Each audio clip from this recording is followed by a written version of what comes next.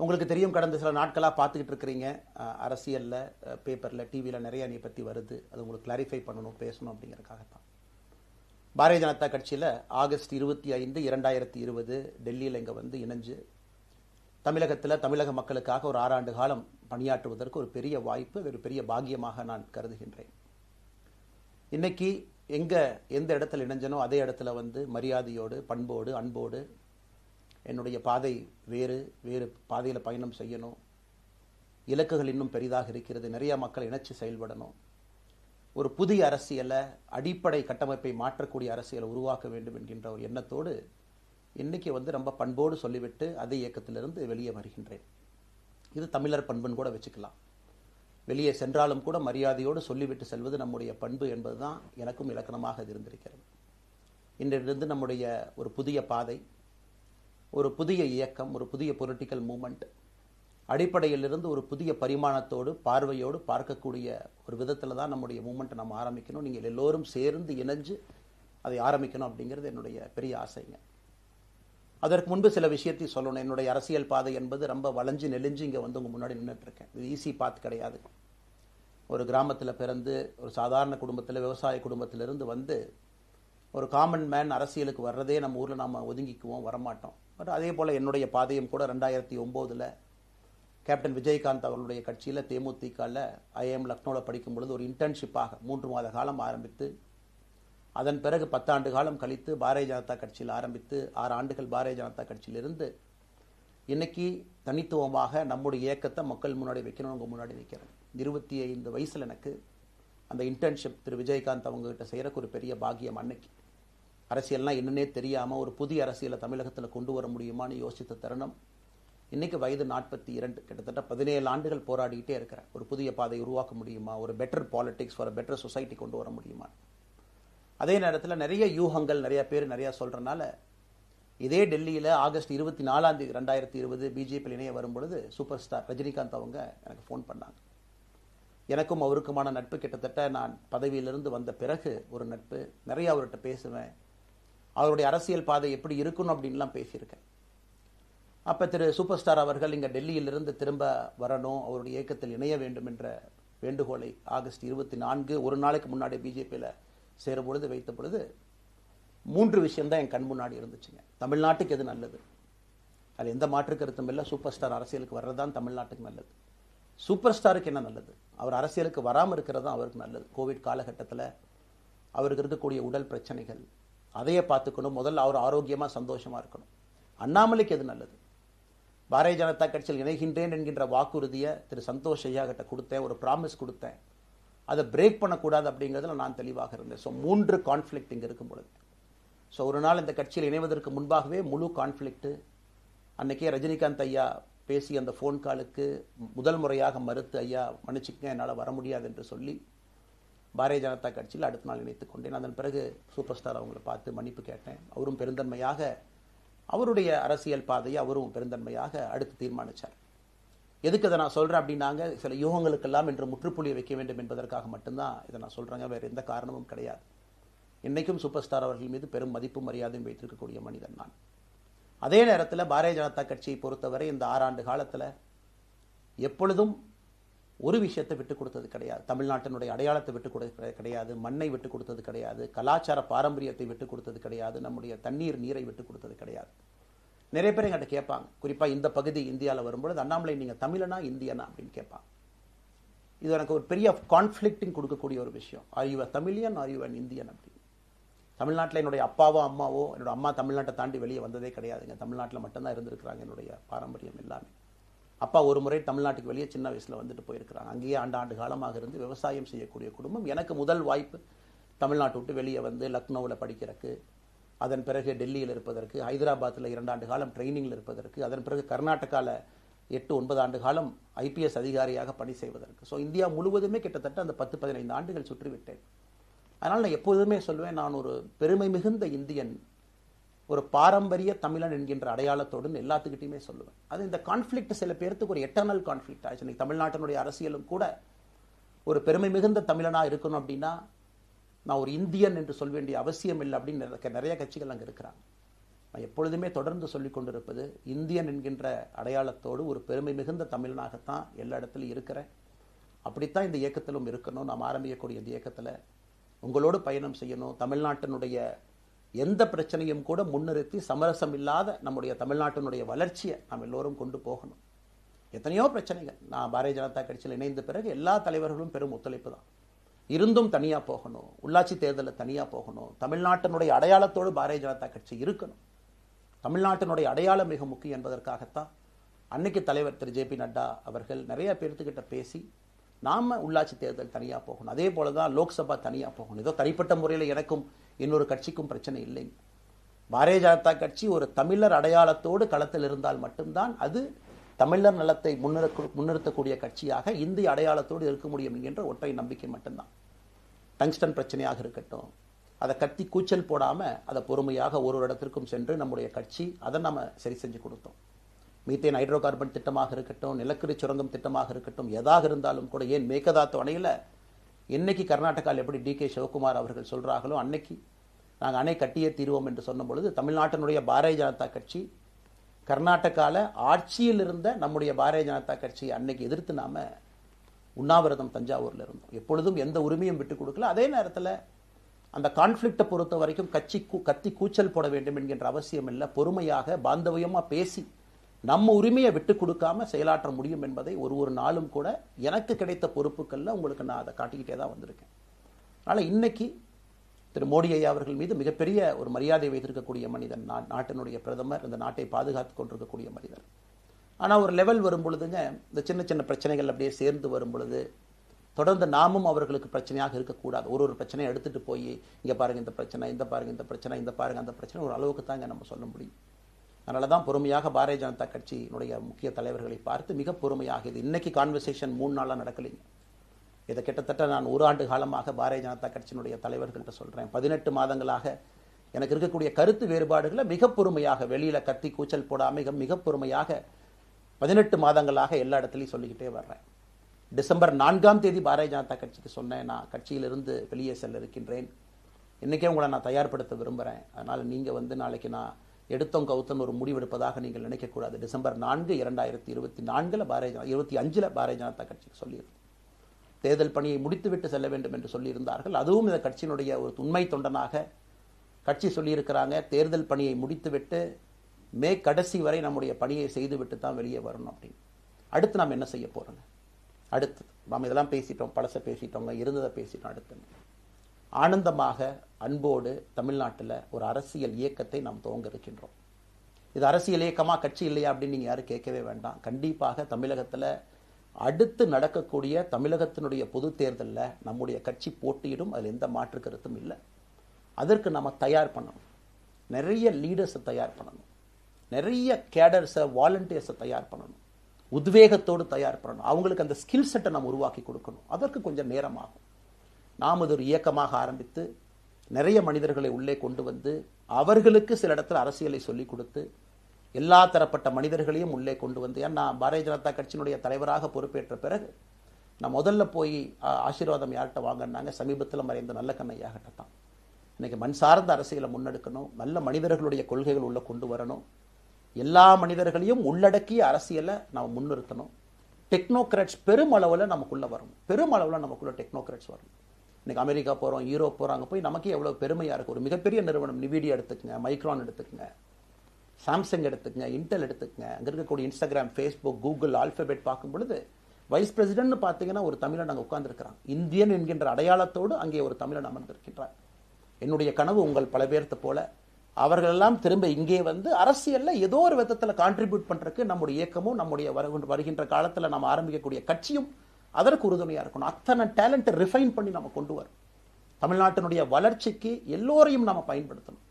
இதில் எங்கேயுமே கூட நான் பெரிது நீ பெரிது என்று இருப்பதை விட ஒரு வளர்ந்த பாரதம், இந்தியா உலகத்தில் மிக முக்கியமான இடத்துல அந்த பாரதம் வந்து அமரும் பொழுது முதன்மை மாநிலமாக தமிழகத்தை கொண்டு வந்து நிறுத்த வேண்டிய பொறுப்பு நமக்கு இருக்கு. அதற்கு நம்முடைய பொலிட்டிக்கல் கிராமர், பொலிட்டிக்கல் லாங்குவேஜ் எல்லாமே நம்ம மாற்றணும். நம்ம பேசக்கூடிய விஷயம். அடுத்து இன்னொன்று கேட்குறாங்க, நான் கமெண்ட் வர அப்படியே நான் பேச ஆரம்பிக்கிறேன். தமிழ்நாட்டில் இன்னைக்கு ஒரு அரசியல் கட்சி வேணுமான்னு கேட்டிங்கன்னா கண்டிப்பாக வேணும், அதில் எந்த மாற்று கருத்தும் இல்லை. காரணம், ஒரு கடைக்கு போய் நாம் ஒரு டூத் பேஸ்ட்டோ ஒரு அரிசியோ ஒரு பருப்போ வாங்கினா கூட 10 கடை ஏறி இறங்கி எங்கள் அம்மா அதெல்லாம் பார்த்து விலையை பார்த்து தரத்தை பார்த்து பொருளை பார்த்து அத்தனை முறை வாங்கித்தான் பார்ப்பேன். ஏன்னா அது நம்ம உடம்புக்குள்ளே போகிற விஷயம். ஆனால் அரசியல் கட்சி இன்னைக்கு எத்தனையோ கட்சிகள் இருந்தாலும் கூட என்னுடைய நம்பிக்கை, நம்முடைய நம்பிக்கை, வருகின்ற காலத்தில் நம்முடைய அரசியல் இயக்கம் கட்சியாக மாறும் பொழுது மக்கள் அந்த தரத்தை பிரித்து பார்ப்பார்கள். தலைவர்கள் எப்படிப்பட்டவர்கள்? நாம எல்லோருமே காமன் மேன் பொலிட்டீஷியன்ஸ். பக்கத்து வீட்டுக்காரங்க மாதிரி தான் மக்கள் நம்மளை பார்க்க போறாங்க. தூரத்திலிருந்து நாம் கை காட்ட போவது கிடையாது. ஏன்னா நாம் யாரும் அப்படிப்பட்ட குடும்பத்திலிருந்து வரவில்லை, அப்படிப்பட்ட வளர்ப்பு நமக்கு இல்லை, நாம் யாரும் அப்படி இல்லை, தமிழனுடைய கலாச்சாரமும் பண்பாடும் இல்லை. அதெல்லாம் கூட நம்முடைய அரசியல்ல முதல் நாள்ல இருந்து கல்ட் பாலிடிக்ஸ்ல இருந்து நம்ம வெளியே வரணும். அரசியல் மாற்றம்னு சொல்றாங்க, ஆனால் அதே கல்ட் பாலிடிக்ஸ். நாம அதில் இருக்க போறது இல்லை. கல்ட் பாலிடிக்ஸ்ல இருந்து வெளியே. அண்ணாமலை என்ன பிறந்த நாளா 10 பேர் கொண்டாடணுமா? அதனாலதான் நம்ம பிறந்த நாள் அன்னைக்கு எதுவுமே நம்ம செய்யல. என்னுடைய பிறந்தநாள் என்பது உங்கள் பிறந்தநாளை போல ஒரு நாள். நான் அரசியல் வருவதை என் பிறந்தநாளை எப்பவுமே கொண்டாடினது கிடையாது. அரசியல் வந்ததுக்காக சில பேர் போஸ்ட் அடிச்சு ஒட்டுறான். அந்த கலாச்சாரத்தையும் உடைக்க வேண்டும் என்பதற்காகத்தான் நேற்று நாம் எதுவுமே பேசலைங்க, இன்னைக்கு நம்ம பேசுறோம். இந்த கல்ட் பாலிடிக்ஸ்ல இருந்து வெளியே வரணும். ஒரு காமன் மேன் பாலிடிக்ஸை முன்னிறுத்தணும். சமரசம் இல்லாத கொள்கை இருக்கக்கூடிய இயக்கமாக அது கட்சியாக முன்னாடி வரணும். அவ்வளவு குவாலிட்டியான லீடர்ஸை நம்ம பில்ட் பண்ணணும். ஒரு முதலமைச்சர் தமிழகத்தை மாற்ற முடியுமான்னு கேட்டீங்கன்னா கண்டிப்பா முடியாது. முதலமைச்சர் இருக்கக்கூடிய 35 கேபினெட் அமைச்சர்கள் மாற்ற முடியுமான்னு கேட்டால் கண்டிப்பா முடியாது. 234 சட்டமன்ற உறுப்பினர்கள் மாற்ற முடியுமான்னு கேட்டால் முடியாது. 39 பாராளுமன்ற உறுப்பினர்கள் மாற்ற முடியுமான்னு கேட்டீங்கன்னா முடியாதுங்க. அவர்களோடு உள்ளாட்சி பிரதிநிதிகளாக இருக்கக்கூடிய கிட்டத்தட்ட 30,000க்கும் மேற்பட்ட பிரதிநிதிகள், பஞ்சாயத்து தலைவரிலிருந்து ஆரம்பித்து கவுன்சிலரிலிருந்து ஒரு கார்பரேஷன் கவுன்சிலரிலிருந்து மேயரிலிருந்து, நம்முடைய நோக்கம் எல்லா இடத்துலையும் கிளீன் பாலிடிக்ஸ் கொண்டு வரும், எல்லா இடத்துலையும் கிளீன் கவர்னன்ஸ் கொண்டு வரும், எல்லா இடத்துலையும் ஹானஸ்ட், எஃபிஷியன்ட், கேபபிள், வேலையை செய்து முடிக்கக்கூடிய திறன் படைத்த தலைவர்கள் அங்கே கொண்டு வந்து வைக்கணும். அதே நேரத்தில் பாலிடிக்ஸ் என்பது ஒரு ஃபேமிலிக்கு மட்டுமல்ல, தொடர்ந்து நாம மட்டும் இருப்போம் அப்படி இல்லைங்க. நம்ம இயக்கம் கட்சியாக மாறும் பொழுது உங்கள்கிட்டலாம் பேசி நம்ம டேர்ம் லிமிட் கொண்டு வரோம். நாம் ஒரு வித்தியாசமான கட்சினா எல்லோருக்கும் வாய்ப்பு கொடுக்கணும். 140 கோடி மக்கள் வசிக்கக்கூடிய அந்த நாட்டில், தமிழகத்தில் கிட்டத்தட்ட 8 கோடி பேர்த்துக்கு நாம் இருக்கோம். 5.5 கோடிக்கு மேற்பட்ட வாக்காளர்கள் இருக்கும் பொழுது எல்லோரையும் அரசியலுக்கு வாய்ப்பு கொடுக்கணும். டேர்ம் லிமிட் கொண்டு வரணும். எத்தனை முறை எம்எல்ஏவாக இருக்கணும், எத்தனை முறை எம்பியா இருக்கணும், எல்லோருக்கும் அது பொருந்தும், எனக்கும் அது உட்பட. The permanent leaders, permanent MLAs, permanent ministers, permanent MPs, அதை நம்ம உடைக்க போறோம். அது எந்த மாற்று கருத்தும் இல்லை. அது என்னை ஆரம்பித்து முதல் மனிதனாக இந்த இயக்கத்தில் இணைத்துக் கொண்டிருக்கக்கூடிய என்னை, ஒரு சாதாரண ஒரு மனிதராக என்னை ஏற்றுக் கொண்டிருக்கக்கூடிய ஒரு காமன் மேன் என்னை ஆரம்பித்து எல்லோருக்கும் இது பொருந்தும். இதை நாம இந்த இயக்கம் கட்சியாக மாறுகின்ற முதல் நாள்ல நம்ம சொல்ல போறோம். No chair is permanent for anybody. அதில் நம்ம ரொம்ப தெளிவாக இருக்கின்றோம். புதியவர்கள் வரணும், வந்துகிட்டே இருக்கணும். It should flow like a water. New ideas வரணும், அந்த ஸ்ட்ரீம் போய்கிட்டே இருக்கணும். நம்மை தாண்டி இந்த இயக்கம் நிற்கணும். This movement should stand beyond us, not in name but in purpose and pursuit of excellence. இதெல்லாம் ஏதோ அண்ணாமலை அப்படிங்கிற பேர் கிடையாதுங்க. அதனால தான் ரொம்ப யோசிச்சு நாம கொண்டு வந்திருக்கோம். www.vetheleader.org அப்படிங்கிற அமைப்பு ஏற்கனவே 2020 நாங்கள் எல்லாம் சேர்ந்து ஆரம்பித்த அமைப்பு. நான் பேசி முடிச்சோன்னா அந்த லிங்க் உங்களுக்கு லைவாக வந்துடும். vetheleader.org-ல நீங்கள் உங்களை வாலண்டியராக இன்னைக்கு பொலிட்டிக்கல் ஒரு மூமெண்ட்டில் உங்களை நீங்கள் நினைச்சுக்கணும். நாம எல்லோரும் ஒன்று சேர்ந்து பேசுவோம். அதனால தான் இன்னைக்கு கோயம்புத்தூரில் இன்னொரு அறிவிப்பும் கூட கொடுக்கணும். எல்லாத்தையும் டைரக்டாக எப்படி நம்ம பாலிடிக்ஸ்குள்ள கொண்டு வர போகிறோம். APJ Abdul Kalam centre for ethics and politics, APJ Abdul Kalam ஐயாவுடைய பேரில் கோயம்புத்தூரில் வீத லீடர்ஸ்க்கு கீழே நாம பாலிடிக்ஸ்ல எத்திக்ஸ்க்காக ஒரு சென்டர் ஆரம்பித்து வருகின்றவங்க எல்லாமே இதுக்குள்ள ட்ரெயின் ஆகி தான் வெளியே வருவாங்க. உள்ளாட்சி தேர்தலில் நிற்கிறாங்க, they will get trained, come and stand in local body election. MLA election நிற்கிறாங்க, they will get trained, they will come and stand in election. அவங்க எங்க நின்னாலும் கூட ஒரு ப்ராசஸ்ல நாம் அவங்கள ட்ரெயின் பண்ணி, அவங்கள ஷேப் பண்ணி, ஒரு கம்யூனிட்டியினுடைய நீட்ஸ் அண்டர்ஸ்டாண்ட் பண்ணி அரசியல் செய்யக்கூடிய மனிதர்களாக நாம் அவங்கள கொண்டு வர போறோம். நாம் யாருக்கும் போட்டி கிடையாது. ஆளுங்கட்சி இருக்கு, நிறைய எதிர்கட்சி இருக்கு, எல்லோரும் இருக்கட்டும், சந்தோஷமா இருக்கட்டும், அவங்கவுங்க கொள்கையை சொல்லட்டும். நம்முடைய கொள்கையும் வருகின்ற காலத்தில் நம்ம எல்லோரும் இணைஞ்சு நம்ம கொள்கையை சொல்ல போறோம். இன்னைக்கு நான் ஏபிஜே அப்துல் கலாம் ஐயா அப்படிங்கிற பேரை உங்க முன்னாடி சொன்னதுக்கான காரணம் என்னன்னா, அவரை நான் மாணவனா பார்த்திருக்கிறேன், ஐபிஎஸ் அதிகாரியா பார்த்திருக்கிறேன், கேள்விகள் கேட்டிருக்கேன், லைவா அவர் பேசினதை கேட்டிருக்கேன். அவர் சொன்ன அத்தனை கான்செப்ட் இன்னைக்கு நமக்கு எப்போ பொருந்தோம், இன்னைக்கு பொருந்தும். எப்பவோ சொன்னார் விஷன் 2020, எப்போ சொன்னாருங்க? 2020. நம்ம 2020ங்கிறது 2000த்துல சொன்னார். நாம அந்த கோல் போஸ்ட் அப்படியே மாத்திட்டோம். அது மட்டும் இல்லை, அன்னைக்கு சொன்னாரு கிராமப்புறத்திலிருந்து நகரத்துக்கு யாரும் போகக்கூடாதுன்னா புறா providing urban amenities and rural areas, கிராமப்புறத்தில் அவ்வளவு ஃபெசிலிட்டியை கொண்டு வரணும். அது எல்லாம் கூட இன்னைக்கு யாருக்கு பொருந்ததோ இல்லையோ நம்முடைய சமுதாயத்துக்கு பொருந்தும். அவ்வளோ விஷயங்கள் சொல்லியிருக்கக்கூடிய ஏபிஜே அப்துல் கலாம் ஐயா நமக்கு மிக முக்கியமானவர். அவருடைய கருத்தியல் நமக்கு மிக மிக முக்கியமானது. ஒரு தேசிய மனிதராக, பெருமை மிகுந்த தமிழனாக வாழ்ந்து மறைந்திருக்கக்கூடிய ஒரு அற்புதமான மனிதர். நிறைய நம்முடைய தலைவர்கள் இருக்காங்க. அத்தனை கொள்கைகளும் வேண்டும். ஒரு ஐடியாலஜி பார்த்தீங்கன்னா ரைசஸ் அண்ட் ஃபால்ஸ். எந்த ஐடியாலஜியும் பெர்மனன்ட் நான் பிடிச்சிருப்பேன். கம்யூனிசம் 100 ஆண்டுகளுக்கு முன்பு எப்படி இருந்த ideology, for right movements, for left movement, centrist movement, liberal movement, ஒரு அரசியல் சரித்திரத்தை பார்க்கும் பொழுது அந்த ஐடியாலஜி தன்னைத்தானே மாற்றிக்கொள்ளவில்லை என்றால், அடுத்த தலைமுறைக்கு தேவையான வசதியை செய்து கொடுக்கவில்லை என்றால், அது எந்த ஐடியாலஜியாக இருந்தாலும் அது அழியும் என்பதுதான் காலத்தினுடைய கட்டாயம். நம்ம பார்த்துக்கிட்டு இருக்கோம். நாம் அதை தாண்டி நிற்கணும். நம்ம மூமெண்ட் அதையெல்லாம் தாண்டி மக்கள்கிட்ட நிற்கணும். இத்தனை பேர்த்த நம்ம எடுத்துகிட்டு போகணும். பெரிய ரிஸ்க் தாங்க, இது சாதாரண வேலை இல்லை. நம்ம எல்லோருமே மிடில் கிளாஸ் தான், காமன் பீப்புள் தான். நமக்கு ஒரு பெடிகிரி கிடையாது, பிஸ்னஸ் நம்ம அதில் பெருசாக அதுலேருந்து வரல, நமக்கு ஒரு ஸ்டார் வேல்யூ கிடையாது, ஒரு பெரிய பாரம்பரியமான அரசியல் கட்சி ஆரம்பித்து நம்ம கையில் யாரும் தூக்கி கொடுக்கல. நாம் எல்லோரும் கஷ்டப்பட்டு ஒரு படியாக தான் அந்த மூமெண்ட்டை கொண்டு போகணும். அதனால் என்னோடு வர நினைக்கக்கூடிய எல்லோருக்கும் என்னுடைய அன்பு வேண்டுகோள், கொஞ்சம் பொறுமை, கொஞ்சம் நிதானம். ஏன்னா ஒரு செங்கல் எடுத்து வைக்கும் பொழுது அது ஐடியலிசத்தோடு வைக்கிறோம், நேர்மையோடு வைக்கிறோம். தமிழகத்திற்கு ஒரு மாற்றத்தை கொடுக்க வேண்டும் என்கின்ற நோக்கத்தில் அந்த செங்கலை வைக்கும் பொழுது அந்த செங்கலுக்கு கியூரிங் ஆகிறதுக்கு ஒரு டைம் வேணும். அந்த செங்கல் பிடிமானத்தோடு நிற்கணும். அதன் பிறகுதான் அந்த பில்டிங் நிற்கும். இல்லாட்ட அடிக்கக்கூடிய புயல் காட்டுக்கு சாயக்கூடிய பில்டிங்கை நம்ம கட்ட போகிறது இல்லைங்க. அதனால் எல்லோருக்கும் நிறைய பேர் மெசேஜ் போடுறீங்க, மாற்றுக் கட்சியில் இருக்க உடனே கிளம்பி வரட்டுமான். எல்லோரும் சந்தோஷம். wetheLeader.org எல்லோரும் இணைஞ்சு இயக்கமாக அது விரைவில் சரியான நேரத்தில் நாம் அந்த மசில், ஜிம்முக்கு போனால் கூட நேரடியாக 50 கிலோ தூக்க முடியாதுங்க, 10 கிலோலேருந்து 50 கிலோவுக்கு போகும். நாம் அந்த மசிலை பில்டு பண்ணி அந்த மெட்டில் ஃபைபரை நம்முடைய தோழர்களுக்கு நம்ம பில்டு பண்ண உடனே அது பொலிட்டிக்கல் பார்ட்டியாக அது மாறும். அதுவரை பொறுமை பொறுமை பொறுமை. அவசரமாக ஒரு வெயிட்டை தூக்கி முதுகு பிடிச்சி கால் பிடிக்கிறத விட சரியாக ஒரு திசையிலும் அதை கொண்டு போய் இதை பக்காவான முறையில் நம்ம அதை செய்வோம். அதனால் இன்றிலிருந்து நம்முடைய wetheLeaders.org அதில் மூமெண்ட் நம்ம ஆரம்பிக்கிறோம். கோயம்புத்தூரில் ஏபிஜே அப்துல் கலாம் ஐயாவோட பேரில் centre for ethics and politics அதை உருவாக்குறோம். உள்ளாட்சி தேர்தலுக்கு நிறைய மனிதர்களை இங்கிருந்து நம்ம அனுப்புகிறோம். அவங்க உள்ளாட்சி பிரதிநிதிகளாக வர்றாங்க. குட் பாலிட்டிக்ஸை நம்ம சொல்லிக்கிட்டே வர்றோம். அதனால தான் நான் அடிக்கடி சொல்லுவாங்க, நாம் மாறுவோம், மாற்றம் தானாக நடக்கும். ஸோ அதனால தான் நம்முடைய இந்த மூமெண்ட்டினுடைய கொள்கையே மாறுவோம், மாற்றுவோம். Let us also change to bring change. இந்த ரெண்டையும் செய்வோம். யாரும் இதுவும் வன்மம் கிடையாது. அதே நேரத்தில் நம்முடைய சமூக வலைதளத்தில் இருக்கக்கூடியவங்களை நான் வாரியர்ஸ்னு சொல்லிங்க, you are the change agents. என்னை பொறுத்தவரை ஒரு மாற்றத்தை கொடுக்கக்கூடியவங்க நீங்கள்.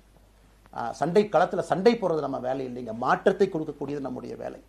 கடந்து வந்த பாதையை திரும்பி பார்க்கும் பொழுது கொஞ்சம் சந்தோஷத்தோடு, அதே நேரத்தில் யாரெல்லாம் கைப்பிடிச்சு இவ்வளோ தூரம் கூட்டிகிட்டு வந்தாங்களோ அவர்களுக்கு நன்றி உணர்வோடு, நம்ம முன்னாடி செல்லக்கூடிய பாதை இதுவரை வந்த பாதையிலிருந்து கொஞ்சம் மாறுபட்டு இருந்தாலும் நம்முடைய அனுபவத்தை வைத்து அதற்காக யாரையும் திட்டி தீர்க்கணும்னு அவசியம் இல்லை. சமூக வலைதளத்தில் நாம் ரொம்ப ரெஸ்பான்சிபிளாக இருப்போம். தமிழ்நாட்டில் இன்றைக்கி இருக்கக்கூடிய பிரச்சனை, என்ன கமெண்ட் வேணாலும் யார் வேணாலும் போடலாம், பேசலாம், மைக்கே முன்னாடி இருக்குது, நான் பேசிட்டு போயிடுவேன்னு நினைக்கிறீங்க. பாதிக்கப்படுறவங்க பின்னாடி ஒரு குடும்பம் இருக்குது, குட்டி இருக்குது, குழந்தை இருக்குது, அவங்களுக்கும் ஒரு தனி அடையாளம் இருக்குது. அது என் சைட்லேருந்து தெரியாமல் ஏதாவது தவறு நடந்திருந்தாலும் கூட, என்னை ஆதரித்து செய்பவர்கள் ஏதாவது தவறு செய்திருந்தாலும் கூட அதற்காக இந்த நேரத்தில் நான் மன்னிப்பும் கேட்டுக்கிறேன். இப்போ இருந்து நம்முடைய பாதை, முன்னாடி செல்லக்கூடிய பாதை என்பது மக்களுக்கான பாதை, ஒரு பாசிட்டிவான பாத். காமன் மேன் பாலிட்டிக்ஸை நம்ம பில்ட் பண்ணுறோம், ஃபவுண்டேஷனோடு மேலே வரப்போகிறோம். தமிழ்நாட்டை எல்லா இடத்திலும் கூட கீழிருந்து மேலே வரை அந்த மாற்றத்தை கொண்டு வர போகிறோம். அதனால தான் நான் இன்ஸ்டாகிராம் லைவ்ல வந்தேன். ஒரு புதிய தலைமுறையை நம்ம அரசியலுக்குள்ள கொண்டு வரணும். அவங்களை ஒதுக்கி வைக்க முடியாது. ஏன் அப்படி ஓட்டு போடுறாங்க, ஏன் அப்படி ஓட்டு போடுறாங்க கேட்க முடியாது. They are hungry for change. மாற்றம் வேண்டும் என்று துடித்துக் கொண்டிருக்கின்றார்கள். உடனே நடக்கணும். யூரோப்பியன் கண்ட்ரி போகிறாங்க, டூர் பார்க்குறாங்க, சோஷியல் மீடியாவில் பார்க்குறாங்க. தமிழ்நாட்டில் ஏன் நாளைக்கு காலையில் நடக்கலைங்க? அதே நேரத்தில் நம்முடைய பெரியவர்கள் எத்தனையோ பேர் நான் பார்க்குறேன், வயசான நம்முடைய பெரியவர்கள் நடந்து போகிறதுக்கு கூட இன்றைக்கி ஒரு பார்க் நமக்கு கிடையாது. சாயந்தரம் ஆனந்தமாக இத்தனை காலமாக உழைத்து விட்டு வீட்டில் இருக்கிறாங்க. ஓய்வெடுக்கக்கூடிய நேரத்தில் கூட ஒரு கிரீன் ஸ்பேஸ் அர்பன் ஏரியாவில் கிடையாது, ரூரல் ஏரியாவில் கிடையாது. இத்தனை 60 ஆண்டு காலம் இந்த நாட்டில் வாழ்ந்தும் கூட கடைசி 20 ஆண்டுகள் நிம்மதியாக இருப்பதற்கான கட்டமைப்பை நம்ம உருவாக்கல. ஸோ எல்லாத்தையும் நம்ம யோசிக்கணும். ஒரு பக்கம் ஜென்சி, ஜென் ஆல்ஃபா யூத் இருக்காங்க, அந்த வேகத்துக்கு தீனி போடணும். இன்னொரு பக்கம் வயதான பெரியவர்கள், முதிர்ச்சி அடைந்தவர்கள், பக்குவப்பட்டவர்கள் இருக்கிறாங்க. அவங்களுடைய கடைசி காலத்தை பக்குவமாக வாழ்வதற்கான வசதியை நாம் ஏற்படுத்தி கொடுக்கணும். அதனால் ரொம்ப நேரம் நான் பேசிக்கிட்டே போலிங்க. அதனால் நிச்சயமாக வருகின்ற காலத்தில் நிறைய பேசுவோம், நிறைய விஷயங்களை நாம் பேசுவோம், நிறைய விஷயங்களை பகிர்ந்து கொள்வோம். அதனால் நிச்சயமாக நமக்கு நல்லது நடக்கும். இன்னொரு கேள்வி கேட்டிருக்கீங்க. ஏன்னா நான் பேச பேச அது அப்படியே மேலே வந்துட்டு இருக்கேன். எனக்கு இது புதுசுங்க, அப்படியே நானும் மேனேஜ் பண்ணி பேசிட்டு இருக்கேன். உங்களுக்கும் பிரதமருக்கும் இருக்கக்கூடிய முடிவு, நம்முடைய பிரதமர் மோடி அவர்கள் நம்முடைய பிரதமர், அந்த கௌரவம் இருக்கும். ஆனால் பாரதிய ஜனதா கட்சியிலிருந்து ஒரு விஷயத்தை நம்ம டிஸ்அக்ரி பண்ணுறோன்னா கம்பீரமாக ஸ்ட்ரெயிட்டாக நம்ம டிஸ்அக்ரி பண்ணுவோம். 3 மொழி கொள்கை சமீபத்தில் கொண்டு வந்திருக்கக்கூடிய டைம் டேபிளில் மாற்றம் 2029 தான் 9ஆம் கிளாஸ் பசங்க 3வது மொழியை படிச்சிருக்கூடாது, 2020 மாற்றிய பொழுது நான் குரல் கொடுத்தேன். அதில் எந்த மாற்று கருத்தும் இல்லை. நாம் அப்போஸ் பண்ணுறதுக்காக யாரையும் அப்போஸ் பண்ண மாட்டாங்க, எதிர்ப்பதற்காக நம்முடைய அரசியல் கிடையாது. எப்படி திமுகவை பார்க்கின்றோமோ, எப்படி அதிமுகவை பார்க்கின்றோமோ, எப்படி டிவிகேவை பார்க்குறோமோ, எப்படி அண்ணன் சீமான் அவர்களை பார்க்குறோமோ, எப்படி அண்ணன் அன்புமணி அவர்களை பார்க்குறோமோ, எப்படி இங்கே இருக்கக்கூடிய எல்லா தலைவர்கள், அண்ணன் ஜி.கே. வாசன் அவர்கள், ஏசி சண்முகம் அவர்கள், பாரிவேந்தர் அவர்கள், ஜான் பாண்டியன் அவர்கள், எல்லா கிருஷ்ணசாமி ஐயா அவர்கள், ஐயா வைகோ அவர்கள், அம்மா பிரேமலதா அவர்கள், எல்லா தமிழகத்தில் இருக்கக்கூடிய எல்லா அரசியல் கட்சியினுடைய தலைவர்கள் எப்படி பார்க்கிறோமோ அப்படித்தான் நான் பாரதிய ஜனதா கட்சியை பார்ப்பேன். அதற்காக நம்ம போய் ஒரு வன்மமோ எதுவும் கிடையாது. கட்சி அவங்க கொள்கையை அவங்க முன்னிறுத்த போறாங்க. நம்ம இயக்கத்தினுடைய கொள்கை, நம்ம கட்சியினுடைய கொள்கையை நம்ம முன்னிறுத்த போறோம். யாருக்கும் நாம் போட்டி கிடையாது. மக்கள் முன்னாடி தரம் பார்த்து மக்கள் நம்மை தேர்ந்தெடுப்பார்கள் என்கின்ற நம்பிக்கையோடு மக்கள் முன்னாடி நம்ம நிற்கிறோம். அடுத்து இன்னொரு கேள்வி கேட்டீங்க. அமித்ஷாஜி அவங்கள நீங்க பார்த்தீங்க, போட்டோலாம் வந்துச்சு, என்ன விஷயம் அப்படின்னு. அமித்ஷாஜிட்டையும் அமித்ஷா அவர்கள்ட்டையும் ரொம்ப பொறுமையாக போய் நான் சொன்னேன், இந்த மாதிரி எக்ஸ்பிளைன் பண்ண நான் போகணும். அதே நேரத்தில் நான் யாரிடமும் சண்டை போட்டு விட்டு தமிழகத்தில் உட்காந்து I am resigning from party நான் அனுப்புகிற ஆள் நான் கிடையாது. எனக்கு அது பழக்கமும் கிடையாது. வந்து நேராக உங்கள் கண்ணை பார்த்து சொல்லிட்டு, சில தவறுகள் இருந்தாலும் அதையும் சொல்லிவிட்டு போகக்கூடியதான் என் பண்பு. அதை நாகரிகமாக செய்ய முடியும் என்று நினைக்கின்றேன் என்று சொல்லிவிட்டு தான் வெளியே வந்தேன். அப்படி தான் ஒரு தலைவர்கிட்டையும் பண்ணேன். அதை நாம் எப்பொழுதுமே பண்ணுவோம். நாகரிகமான அரசியலை முன்னெடுப்போம். சமூக வலைதளத்தில் ஆபாசம் வேண்டாம். சமூக வலைதளத்தில் நல்லதை பேசுவோம். எல்லோரும் அவங்கவுங்க இடத்துல தமிழ்நாட்டு மக்களுக்கு நல்லது பண்ணட்டும். பொறுமை பொறுமை பொறுமை. கடைசியாக இந்த வார்த்தையை திரும்ப நான் பயன்படுத்துகிறேன். பில்டிங் கட்டுறோம், கீழிருந்து கட்டுறோம், அதை சரியான முறையில் கட்டி எடுத்துகிட்டு போகணும். நம்புங்க, கூட இருங்க. 42 ஆண்டுகள் வளைவிஞ்சு நெலிஞ்சு சுற்றி இன்னைக்கு இந்த இடத்துல உங்கள் முன்னாடி வந்து உட்கார்றேன். நிச்சயமாக நம்ம எல்லோரும் சேர்ந்து ஒரு பெரிய புரட்சியை, மாற்றத்தை தமிழகத்திற்காக, ஒரு பாரத நாட்டுக்குள்ள, இந்திய நாட்டுக்குள்ள முதன்மை மாநிலமாக தமிழகத்தை கொண்டு வருவது மட்டும்தான் நம்முடைய குறிக்கோள். வேறு எதுவும் நம்முடைய குறிக்கோள் கிடையாது. அதற்காக நம்முடைய வாழ்வை அர்ப்பணிப்போம். காத்து கொண்டிருக்கக்கூடிய எல்லோருக்கும், கேட்டுக்கொண்டிருக்கக்கூடிய எல்லோருக்கும் உங்களுடைய பொறுமைக்கு நன்றி தெரிவித்து மறுபடியும் சொல்லிக் கொள்கின்றேன். மாறுவோம்.